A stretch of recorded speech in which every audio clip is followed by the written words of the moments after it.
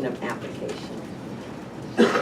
After receipt of an application, the commission shall verify the application and supporting document is complete, and the information submitted in the application is true and valid and meets the requirement of section 4.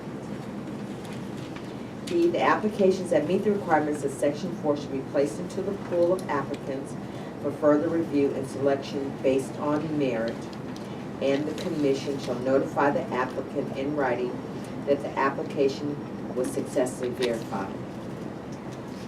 C, applications that do not meet the requirements of section 4 shall be denied pursuant to section 13, and the commission shall notify the applicant in writing. Did y'all want to look at section 4?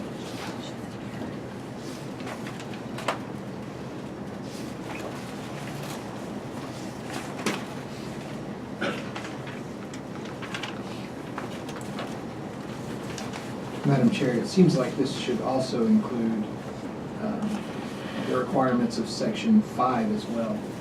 Because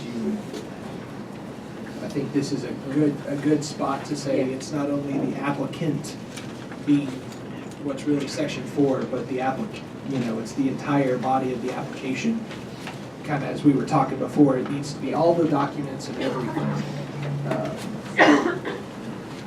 And again, I think this is a good spot where we may need to readdress it is also potentially section 9 too, depending on how we end up with finally doing that, where that information has to reside. For example, kind of like I was saying the other day, I think. Yeah, I think some of those documents which may be in section 9 almost need to be in section 5. Well, section 5 probably, because we need it to be. We need the certificate of good standing from the state. We need all of those things. The ability to operate a business, you do need all of those things need to be kind of the minimum criteria to quote unquote accept an application. And I think that's where we've got to look at this, how to make that work a little bit better. Yeah, I agree.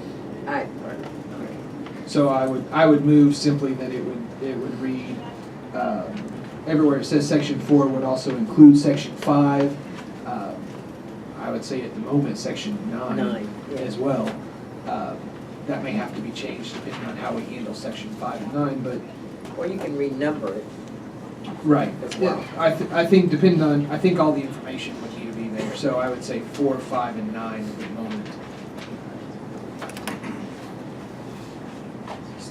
Does that make sense? It does. I'm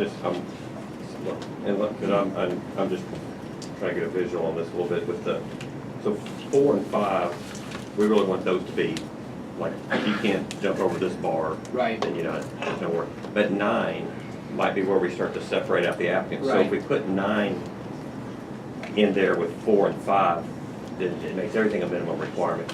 Do we want that versus just let 4 and 5 be the minimum and 9 is where we flesh out merits of someone's application, whatever criteria we come up with? So I would personally, I would agree with that.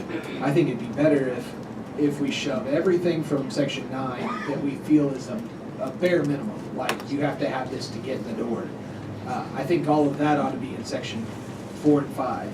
And then things we might want to consider, and maybe that's kind of the quote-unquote the merit base, whether or not you're gonna do this, you have these kind of, you have this level of something, those, what I'll call more subjective requirements. would be in 9. Would be in 9. Yeah, so we could move the ones out, then I agree, we'd move them back. But for that, then I would just make it leave 4 and 5. And then maybe 9 will be the merit. move some out of 9. We can move stuff in or out. Is that acceptable to everybody? Right now, 9 contains a lot of other stuff That we might want to move. Right. We can do that. Does that sound good? Yeah, I would So, agree with that. so I would amend my motion to just include section 4 and 5, where it currently says section 4. Second. So I have a second by Commissioner Carroll, and Commissioner Story made the, any other discussion? So we'll call for a vote. All in favor? Aye. Aye. Aye. Okay. So,